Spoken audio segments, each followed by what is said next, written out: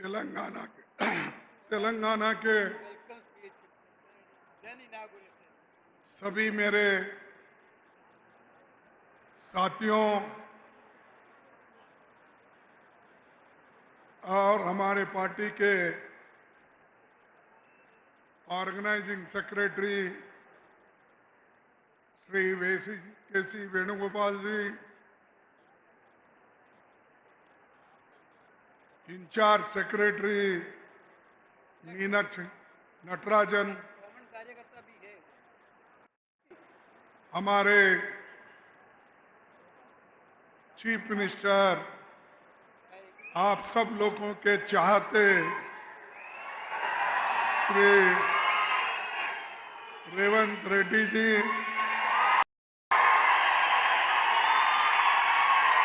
और आपके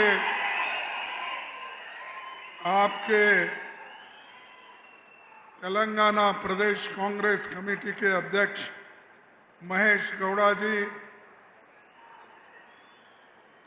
भट्टी deputy chief minister भट्टी विक्रमाकर जी,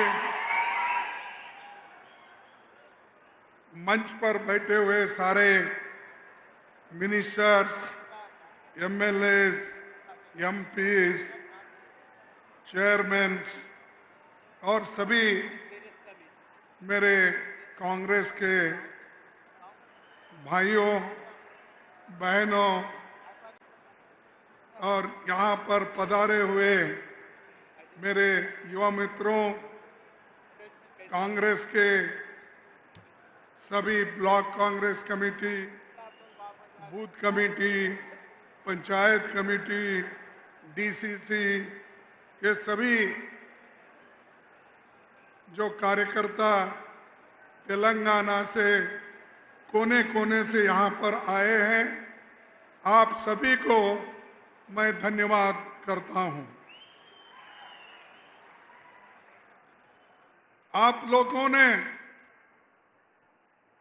बहुत मजबूती के साथ तेलंगाना में काम किया और आज कांग्रेस की गवर्नमेंट तेलंगाना में आई है। उसका सब श्रेय, सब क्रेडिट हमारे पूरे कांग्रेस के कार्यकर्ताओं को जाता है। इसीलिए मैं आपका सब शुक्रगुजार हूं। भाइयों, ये आसान नहीं, किसी एक एस्टैब्लिश्ड गवर्नमेंट जिनके पास खूब पैसा था और हर तरीके से वो मजबूत थे, उनको हिलाकर अगर कांग्रेस के लोग हमारे रेवंत रेड्डी जी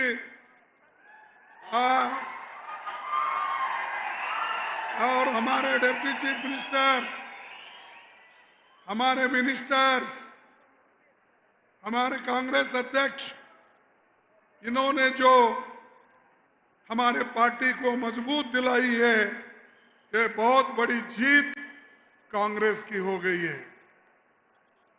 लोग तो ये कहते थे भाई केसीआर को छोड़ के कोई पार्टी यहां नहीं आएगी, और ये भी चंद लोग कहते थे कि बीजेपी सेंटर में है, इसीलिए यहां पर भी मजबूती के साथ वो लड़के कांग्रेस पार्टी को तो आने नहीं देगी और बीजेपी आगे बढ़ेगी। लेकिन आप लोगों ने दिखाया, सबको हराकर कांग्रेस पार्टी को जिताया, ये बहुत बड़ी बात है। और एक ये जो महान जनता आप लोग 2023 में वोट देकर ये बहुत बड़ा एहसान गरीबों के ऊपर किया है। किसान पे किया है, युवाओं पे किया है, महिलाओं पे किया है, ये सबको रिलीफ मिला, वो कांग्रेस गवर्नमेंट आते ही मिला। इसीलिए ये बहुत बड़ी जीत है और इस जीत के साथ काम भी यहां पर बहुत हो रहे हैं। यहां पर आए हुए ग्राम समिति के अध्यक्षों, कांग्रेस कार्यकर्ताओं, इनकी तो मैं तारीफ करता हूं। आप कांग्रेस की आत्मा है, हमारी ताकत है और आपके वजह से हम सब यहां जो बैठे हैं वो सब आपके वजह से है। इसीलिए ये पूरा श्रेय, क्रेडिट आपको देना चाहता हूं। भाइयों, कांग्रेस अध्यक्ष बनने के बाद दिल्ली से बाहर मेरा ये पहला प्रोग्राम नवंबर 2022 को हैदराबाद में राहुल जी के नेतृत्व में निकली भारत जोड़ो यात्रा के मौके पर हुआ था। तभी आपका जोश और हौसला देखकर मैंने समझ लिया था तेलंगाना में हमारी सरकार जरूर आएगी, जरूर आएगी, ये मैंने महसूस किया। यहां कांग्रेस पार्टी 1952 से लेकर लगातार हैदराबाद में कांग्रेस पार्टी बहुत पब्लिक इंस्टीट्यूशन बनाई। कम से कम सेंट्रल गवर्नमेंट के 50 इंस्टीट्यूशंस यहां पर है, वो किसी मोदी ने नहीं बनाया। बीएचईएल हो, बीएल हो, बड़े बड़े जो कारखाने यहां पर है, फार्मास्यूटिक है, ये सब किसने बनाया? ये सब कांग्रेस की देन है। मोदी जी ने क्या दिया? मोदी जी बोले मैं 15-15 लाख दूंगा, दिया 15 लाख। उन्होंने बोला मैं 2-2 करोड़ नौकरी हर साल दूंगा, दिया उन्होंने। किसानों को बोला कि मैं दाम दुप्पट एमएसपी दूंगा, दिया उसने। तो मोदी जी सच बोलते हैं क्या झूठ बोलते हैं? आप बोलिए, क्या बोलते हैं? मोदी जी झूठ बोलते ना। और उनके दोस्त बोलो, उनके चेले बोलो, शाह साहब वो बोलते हैं ये तो इलेक्शन में बोले सो जुमले हैं। अरे लोगों को कितना बेवकूफ बनाएंगे आप? लोगों को आप झूठ बोलते हो, झूठ बोलकर पावर में आते हो। तो इसलिए आपको जो हुआ वो हुआ, कम से कम आगे होशियार रहो। तुम होशियार है, लेकिन इसको कायम रखो और कांग्रेस पार्टी को और मजबूत बनाने की कोशिश करो। भाइयों, तेलंगाना में शिक्षा, स्वास्थ्य, रोजगार हर क्षेत्र में काम कर रहा है। हमने महिलाओं को मुफ्त बस सेवा दी। महिलाओं को मुफ्त सेवा मिला है क्या? नहीं, बस दे रहे ही नहीं। ये किनकी देन है? अरे किसने दिया? कांग्रेस ने दिया।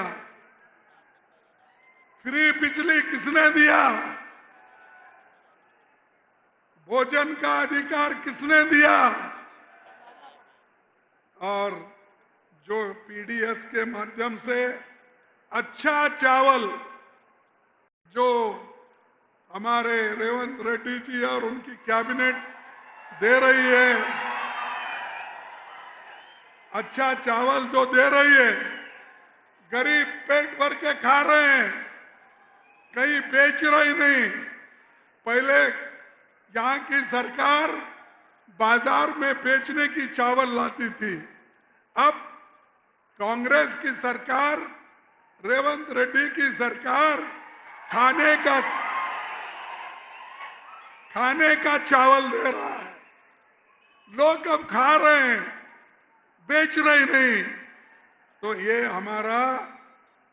एक बहुत बड़ा हमारा एक साधन है। दूसरी चीज, जो रैत भरोसा कार्यक्रम किसानों को मदद करने के लिए 15 एकड़ तक कम से कम 70 लाख किसानों के खाते में 8,265 करोड़ रुपए गए। इतना मिला कि नहीं मिला? नहीं मिला, क्योंकि इधर से आवाज नहीं आया। अरे इतना पैसा लिए, 8,265 करोड़। कल कोई बोल रहे थे 9,000 करोड़। इतना पैसा कांग्रेस पार्टी दी, चंद दिनों में दी। और हमको पूछते हैं कांग्रेस वालों ने क्या किया? अरे भाई, हमने तो यही किया, गरीबों को खाना दिया, स्कूल का दिया, और जो कुछ हमने कहा वो करके दिखाया।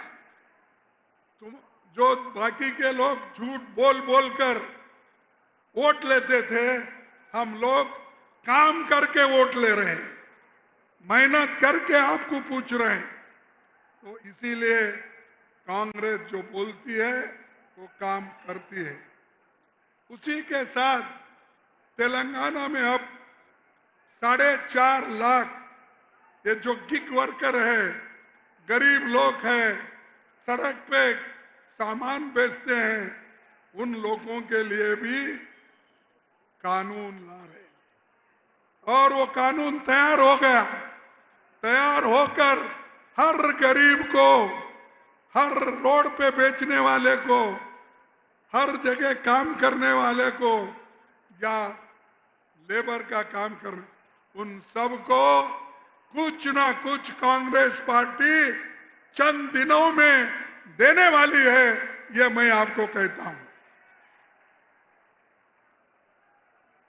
और उसी ढंग से राहुल गांधी जी एक बात कहे थे कि तेलंगाना में रोहित वेमुला जो जाति पर भेदभाव हुआ था और उसके वजह से एजुकेशन में बहुत बड़ा एक मायूसी आ गई थी।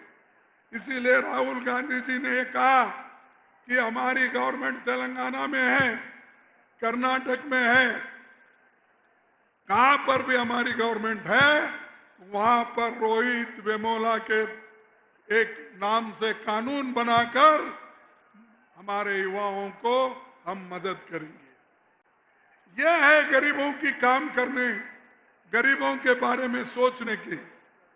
और दूसरा, ये जो Telangana social educational employment economic cast सर्वे हो रहा है, ये जो बैकवर्ड क्लास के लिए जो कास्ट सर्वे हो रहा है, वो हिंदुस्तान में अगर कहां हो रहा है सबसे पहले वो तेलंगाना में हो रहा है। तेलंगाना में बैकवर्ड क्लास के लोगों के लिए और उनको एम्प्लॉयमेंट, एजुकेशन और सोशल जस्टिस के लिए ये काम चल रहा है। और इसकी राहुल गांधी जी ने भी खूब तारीफ की है, हम भी करते हैं कि एक एग्जाम्पल है, तेलंगाना जो किया है इसका एक नमूना, मॉडल थ्रू आउट कंट्री यही लोग करना चाहते हैं। और हम करके दिखाएंगे। भाइयों, दूसरी बात, हमारे जो जानकार हैं और आज वो भी ये भी कहते हैं भाई ये बैकवर्ड क्लासेस को तो ये रिजर्वेशन दिलाना चाहते हैं, लेकिन 42% कहां से लाएंगे और इसको क्या मंजूरी मिलेगी? लेकिन भाइयों, मैं आपको ये दावे के साथ कहना चाहता हूं, बैकवर्ड क्लास के लिए तुमको रिजर्वेशन दिलाने के लिए हम लड़ते रहेंगे, लड़ेंगे। जब तक हम हासिल नहीं करेंगे तब तक हम चुप नहीं बैठेंगे। यह आपके लिए है, आपके लिए पार्टी काम कर रही है, आपके लिए सरकार काम कर रही है। इसीलिए आप हमारा साथ दो, मजबूती दो, सरकार को मजबूत करो, कांग्रेस पार्टी को मजबूत करो, तभी हमको सब कुछ मिलेगा। अगर हम नहीं सोचेंगे और ठीक ढंग से काम नहीं करेंगे, ये बहुत बड़ा नुकसान देश को होगा, हम सबको भी होगा। और पहले तो आपको मालूम है पहले की सरकार कैसी थी, ये कितना करप्शन था, ये सबको मालूम है। लेकिन आज हमारी गवर्नमेंट आने के बाद काम करने का सोचा है। मोदी जी तो हमेशा अपनी मन की बात बोलते हैं, अरे हम तो हमारी दिल की बात बोलते हैं, लोगों को काम की बात बोलते हैं और काम करके हमने दिखाया है और आगे भी वो काम करते दिखाएंगे। 11 साल में मोदी जी ने देश के आर्थिक स्थिति को बर्बाद किया और देश में कानून को खत्म किया, लेकिन कांग्रेस पार्टी इसको सबक सिखाएगी। और हम ये चाहते हैं कांग्रेस पार्टी मजबूत हुई, अगर केंद्र में सत्ता आई तो देश का नक्शा बदलेगा। लेकिन मोदी हमेशा यही कहते हैं, मैंने वो किया, ये किया, क्या किया भाई? हैदराबाद में ऐसी कौन सी जो 50 पब्लिक सेक्टर हमने लाया था नेहरू जी के जमाने में, इंदिरा जी के जमाने में, तुम क्या इस तेलंगाना को दिए? ये बताओ, ये बताओ। तेलंगाना के लिए इंदिरा गांधी जी लड़के आपका साथ दी और आपको साथ देने के वजह से आज तेलंगाना है।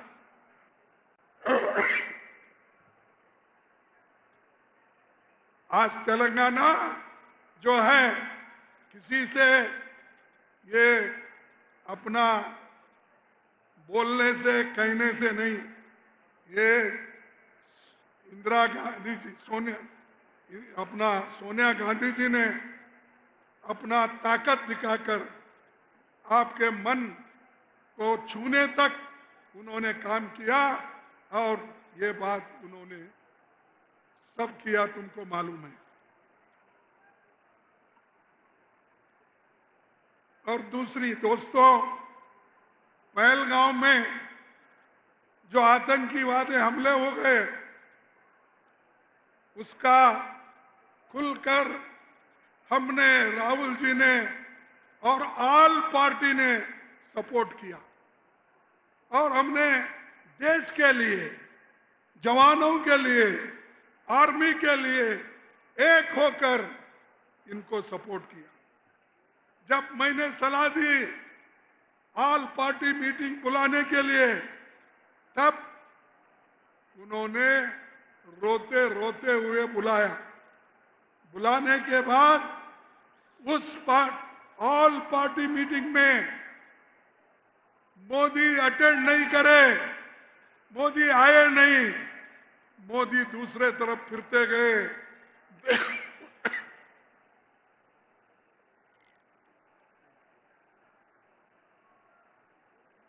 बिहार के इलेक्शन में प्रचार करते गए, लेकिन एक दिन भी इसके बारे में सोचने के लिए ऑल पार्टी मीटिंग में नहीं आए। ये उनकी देशभक्ति है, ये इनकी सोच है। यहां तक कि नहीं, अरे भाई, इस दुनिया में अब तक उन्होंने 42 राष्ट्रों में गए हैं। 42 countries he has visited, but he did not visit Manipur, where people are dying, crying, rapes are taking place. But Modi is keeping quiet. चुप बैठे हैं, कुछ बात नहीं करते। इसलिए सॉरी, मुझे हैरानी होती है कि मोदी जी चुप क्यों बैठे मणिपुर के बारे में। और मणिपुर एक ऐसा मुल्क है जो हमारे देश के इंपॉर्टेंट हिस्से में है। हमारे राहुल गांधी जी गए, हम भी गए थे, लेकिन मोदी उधर झांक के भी नहीं देखे। बड़े बड़े बात करते हैं, क्या वो हमारे नागरिक नहीं है? क्या वो लोग हमारे नहीं है? लेकिन उधर नजरअंदाज करके इन्हों जाके हर राष्ट्र में, हर राष्ट्रपति के साथ, हर प्रधानमंत्री के साथ सब गले लगा लेते फिरते हैं। अरे अपने लोगों को पहले मिलो, उनके दुख दर्द को सुनो।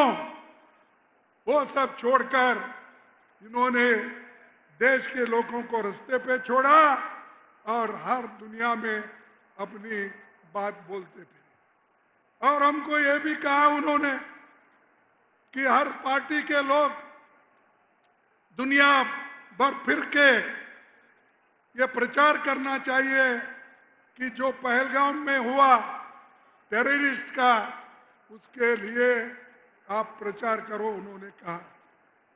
हमारे लोग गए, सारे अपोजिशन के लोग गए, देश के तरफ से बात रखी, आर्मी के तरफ से बात रखी, लेकिन मोदी जी कभी बुला के अपोजिशन पार्टी लोगों को बुला के बात नहीं किए, क्योंकि उनको डर है। और मैं और एक बात आपको बताता हूं, इन्होंने बड़ा बड़ा बात किया, अरे हम पाकिस्तान को ऐसा करेंगे। करो भाई, नको कौन बोले? हमने तो उसको करने के लिए मदद किया, लेकिन आप बीच में क्यों छोड़े? ट्रंप बोलता है पाकिस्तान और हिंदुस्तान का युद्ध मैंने खत्म किया, मैंने शांत करवाया। तो मोदी साहब, आपका मुंह क्यों बंद है? बोलो, ट्रंप की जरूरत नहीं, हिंदुस्तान में हम मजबूत हैं और हम लड़ने के लिए तैयार हैं। जैसा कि इंदिरा गांधी जी ने पाकिस्तान के 2 टुकड़े करके बांग्लादेश और पाकिस्तान बने। तुम वो करना था। भाषण में तो बोलते हैं हम पीओ के लेके रखेंगे फलाना, अरे लेना था, अब तो चांस था ना। आप ही बोल रहे हो डर गया पाकिस्तान, आप ही बोल रहे हैं कि हम बहुत कुछ कर सकते, क्यों नहीं किया भाई? हमारा ये मुद्दा है, देश के लोगों को गुमराह मत करो। देश के लिए हम लड़ने को तैयार है, जान देने को तैयार है। देश के लिए गांधी जी जान दिए, देश के लिए इंदिरा गांधी जान दी, देश के लिए राजीव गांधी जान दी। तुम्हारे घर में, तुम्हारे पास कोई एक आधा आदमी तो मरा है आरएसएस में, बीजेपी में मरा है, आरएसएस बीजेपी में। ना ये लोग आजादी के वक्त काम नहीं करे, अब काम नहीं करे, हमेशा माफी मांगना यही उनका काम है। और आज हमको बार बार ये कहते हैं कि बहादुरी की बात करते हैं, लेकिन बाद में घर में चुप बैठते हैं। लेकिन इंदिरा गांधी कभी ऐसी नहीं बैठी। अमेरिका से 7th फ्लीट आया, इंदिरा गांधी जी ने डरी नहीं, वो बोली आने दो, सभी लोग एक होए, एक होकर डराने की कोशिश की, लेकिन इंदिरा गांधी जी कभी डरी नहीं, कभी झुकी नहीं, और वो बोली आने दो, कोई आने वाला है, मैं बांग्लादेश को लिबरेट करके छोड़ूंगी, आजादी दिला के छोड़ूंगी, ये उन्होंने कहा और दिया। तो तुम क्या कर रहे हो? तुम कुछ नहीं, भाषण देना और भाषण दे के फिरते रहते हो। और एक मैं आपको कहना चाहता हूं, इनकी फॉरेन पॉलिसी ठीक नहीं है। इनके फॉरेन पॉलिसी के वजह से, फेल्यूअर के वजह से हमारे को सब तरफ से दुश्मन बने हैं। एक तरफ चाइना है, एक तरफ पाकिस्तान है, एक तरफ आज नेपाल भी हमसे दूर हो रहा है। हर लोग हमसे दूरी बना रहे हैं, हमको घेर लिए हैं। और मोदी जी आप कहां हैं? आप कोई टोपी पहनाता तो टोपी पहन के जा रहे, कोई गले में कुछ हार डालता, क्या है बोलते उसको, सिक्का डाल के वो डाल लेते फिर रहे। और 8 राष्ट्र को ये जाने वाले हैं ये, लेकिन इस देश के लोगों के तरफ वो नहीं देख रहे, किसानों को नहीं देख रहे। मेरे भाइयों, मैं आपको और एक चीज बताना चाहता हूं। ये लोकतंत्र है, संविधान है। इस संविधान को, लोकतंत्र को बचाने के लिए हम सब ने मिलकर मेहनत की। यहां तेलंगाना में तो हर जिले में हमारे लोग गए हैं, हर बूथ पे गए हैं, हर गांव पे गए हैं। जय बापू, जय भीम, जय संविधान, ये लेकर हर गांव को फिरे। ये हमारा काम है। और दूसरा हूं, मोदी जी को मैं और एक बात पूछ के मेरे चंद शब्द को खत्म करता हूं। मैं ये पूछना चाहता हूं, मोदी जी आप जो वायदे करते हैं, जो कहते हैं, वो एक भी नहीं करते। परसों मैंने सुना कि कोई आरएसएस वाला ये बात कहा कि हम लोग संविधान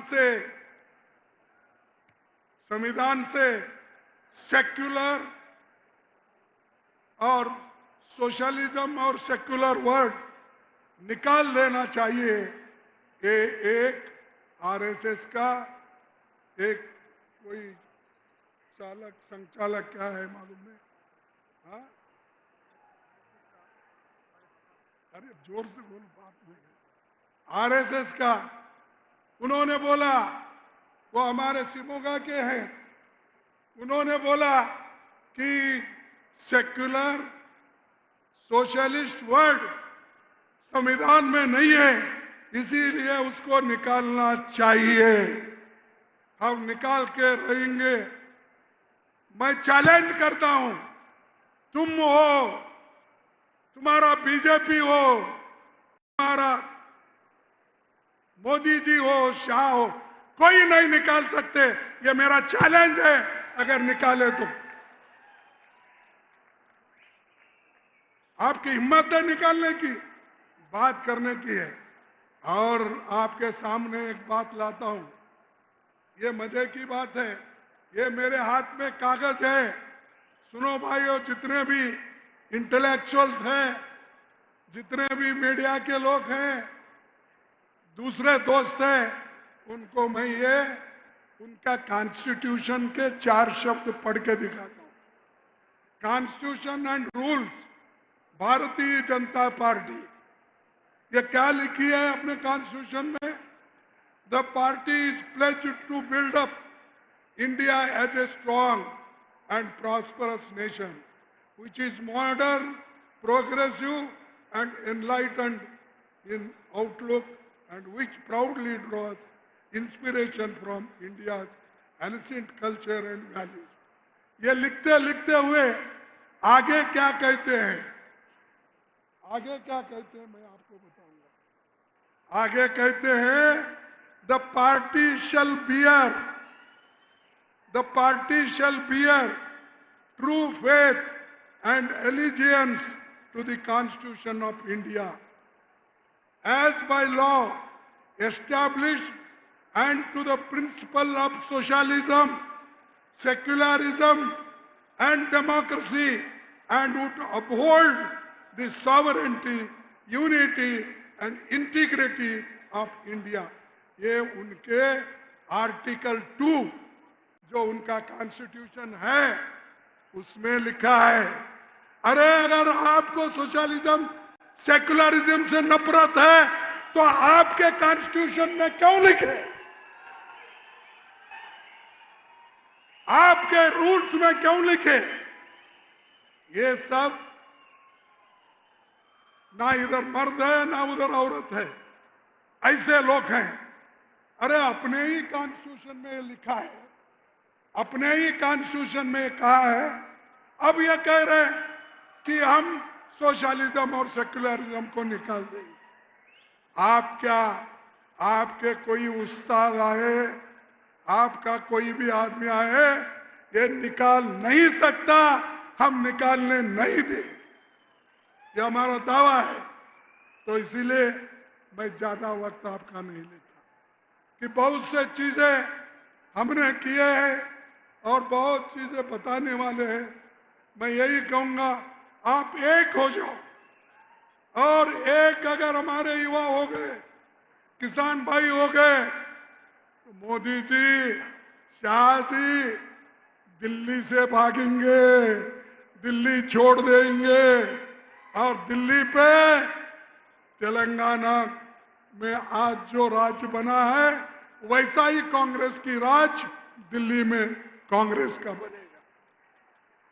इतना कहते हुए इसके लिए राहुल जी लड़ रहे हैं, हम भी लड़ रहे हैं, आप भी लड़ रहे हैं।